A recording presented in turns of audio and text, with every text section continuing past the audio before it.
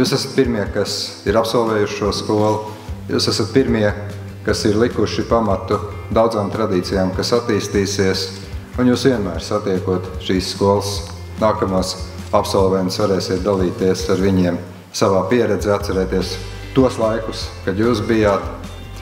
Un pilnīgi noteikti es vēlētos arī atgādināt pulkveža Oskara Kalpaka teicienu, kas tic, tas uzvar. Nebaidieties sapņot, piepildīt savus sapņus, un tad jums un mums viss izdosies. Veiksmi jums, jaunie kaprāļi! Būt par absolventu kadets skolā nozīmē to, ka jūs esat ieguvuši viens otru.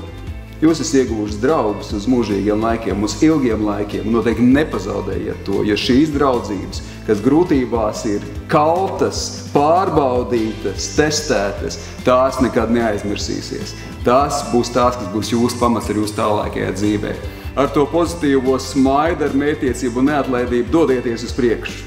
Iegūstiet jaunas zināšanas, jūs esat savas paudzes līderi, jūs esat tajā nozīmīgajā misijā priekš mums visiem. Mēs lepojamies, lai izdodās, mēs sargājam Latviju kopā, tā turpināt.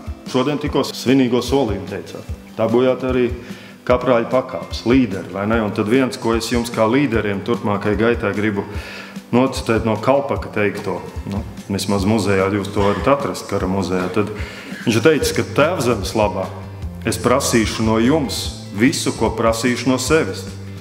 Un man liekas tas, lai paliek arī jūsu vadmotīvs, tad novēlu jums tiešām apņēmību, šo pašu dzīves prieku, ko es šodien tepat redzēju, es zinu, ka tas viss 4 gadus cauri ir bijis, tad ar to arī uz priekšu, spēku, deksmi, par savu izvēli nebaidieties, bet ziniet, jūs esat daļa no mums, no bruņotajiem spēkiem, no mūsu līderiem, attīstiet tās iemaņas, kļūsiet vēl labāk.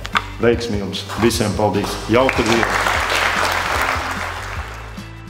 Šodien mēs rakstām vēsturi, jo jūs esat pirmie pulkveža Oskara Kalpaka profesionālās vidusskolas absolventi.